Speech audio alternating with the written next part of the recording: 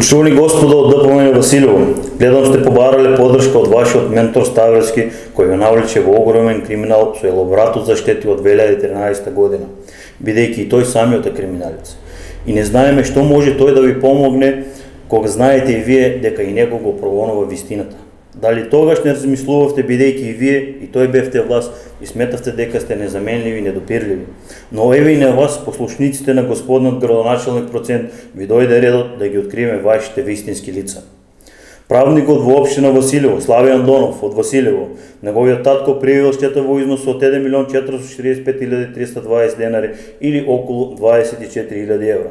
Неговиот чичко, Панчо Андонов од Василево, пријавил штета во износ од 920.000 денари или околу 16.000 евра.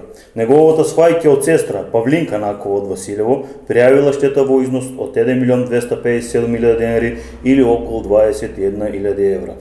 Неговиот прв братчет, Ацо Георгиев од село Василево, пријавил штета во износ од 1.448.000 денари или околу 24.000 евра.